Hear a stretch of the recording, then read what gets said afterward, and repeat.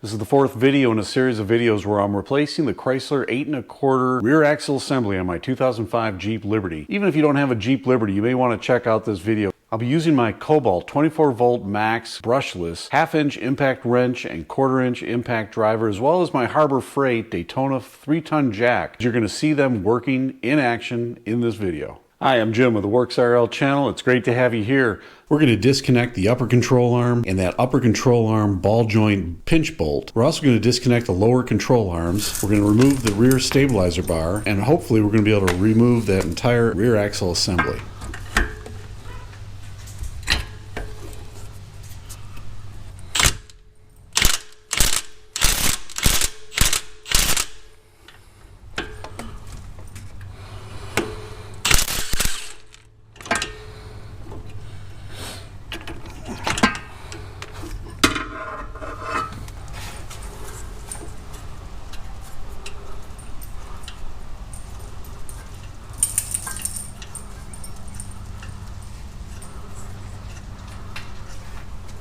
I have to have the axle supported by the jack where it's lifting the whole vehicle to compress these springs up to get that angle just right. So I improvise just with some threaded rod, a couple other bolts that probably came from an old basketball hoop of my kids that I tore apart, some nuts just to make a long extension so I can try to get in on that bolt, that pinch bolt, and then get some purchase with a dead blow. And that's what finally breaks that free. Let me show you. So you have to have that bolt, needs to get pushed through the upper control arm. Ball joint has a post, comes down. That post has a little indent and the bolt passes through that indent, so you can't pull it up, and then you have to pull that bolt out for that to come up. As you can see, with the axle supported in the right way, at the right direction, then you can finally just see how this just easily pushes right out. I want to make sure these brake lines don't get caught anywhere.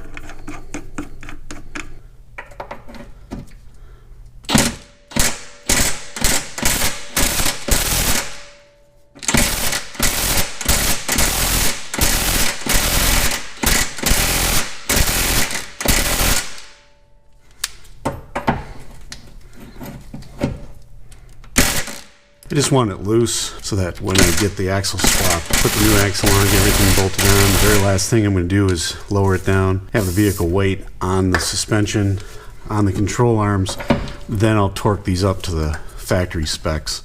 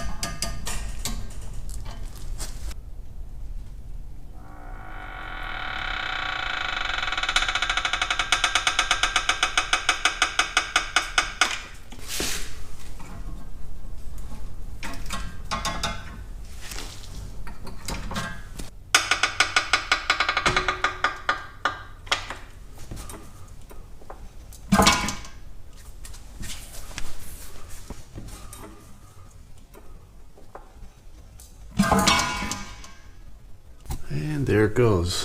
One pump up and it finally released. So it just shows the tensions that are involved in there.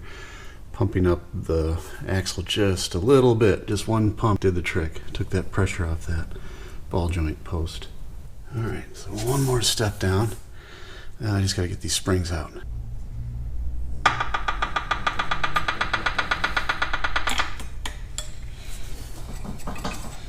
I think I can probably get those out.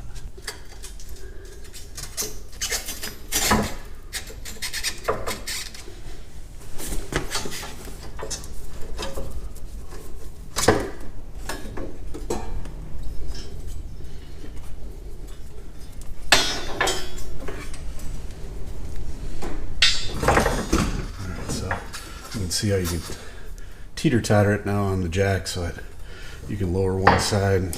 I want to be careful of these brake lines. So as you can see, that drive shaft is still connected even though bolts are removed. I'm going to have to hit that with a mallet a few times.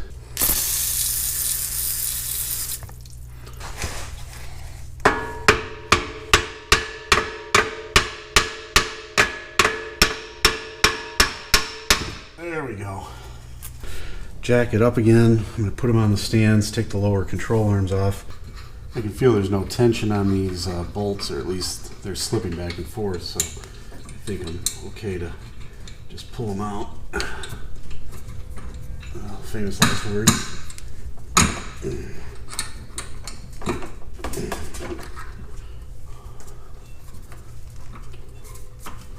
Again, there's always so many angles going on these axles. You just gotta watch yourself. Yep, see, just like I said.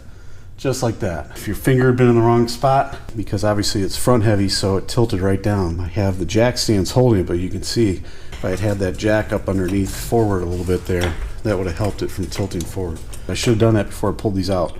I thought it was good because there was no tension on it. I like to keep everything back where I find them. So I like to put the bolts and the washers and such where I got them.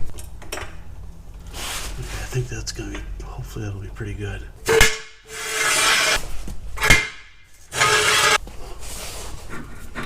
These are spinning easily and freely, so hopefully not a lot of tension on here. Take these out.